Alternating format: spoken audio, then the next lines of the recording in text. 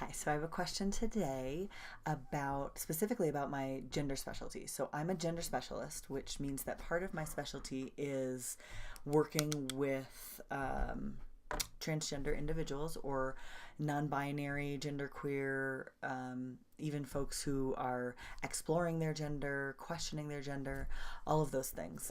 That's a part of my practice. And the specific question is, why, if being trans isn't itself something wrong with me, why might I want to see a gender specialist or a gender therapist? And if I'm seeing a specialist, does that mean that I can't address other issues besides gender? Does everything always have to be about gender? And the really simple answer to that is absolutely not. Everything does not have to be about gender. Nothing has to be about gender unless that's what's up for you and that's what you want to be working on in therapy.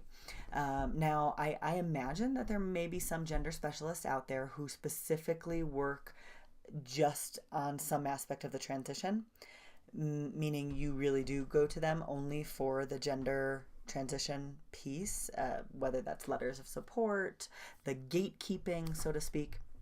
That wouldn't be me. So I do the gatekeeping. You'll see my eyes roll because I am a proponent of the informed consent model, which is really about autonomy for all humans. They get to decide what to do with their bodies. That includes transgender individuals. I really don't feel like mental health is an appropriate place to have a gatekeeper for transgender individuals. But since that is still the system that we are working within, I can serve in that capacity. I can write letters of support for certain aspects of medical transition. It depends on what your insurance company or third payer pays. So if you have questions about that, feel free to contact me. But specifically to this question that I was asked, the reason that I feel it's always important for me to state my gender specialty, even if folks may not want to necessarily be working on their gender, is if it were me personally, when I am searching for a therapist, it's really important to me that I know ahead of time, before I even waste my time going into a session or looking or talking to them on the phone, to know that that therapist is trans affirming, is LGBTQIA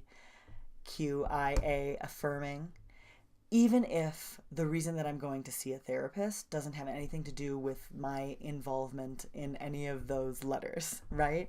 Because I need to know that all aspects of myself aren't going to be pathologized, I'm not going to go to a therapist, develop a rapport with that therapist, and then somewhere down the line mention some key component of my identity and discover that that person has a prejudice, because that would be devastating for me as an individual client. And so I am really vocal about my advocacy and support of the trans community. I think it's so important for everybody, but especially marginalized communities, especially transgender communities, especially in the current environment that we're in, know up front that I am a safe place, that I am affirming of everybody's gender identity, and that even regardless of where you are in the transition process, even if you never want to talk about gender, I am a safe person to come to. So I hope that answers your question. And if you have a question that you would like to see answered here on video, go ahead and submit it to me via email, reekapearl@gmail.com. That's REACAPEARL@gmail.com. Or you can visit me on my website at reekapearl.com. I'll see you again real soon.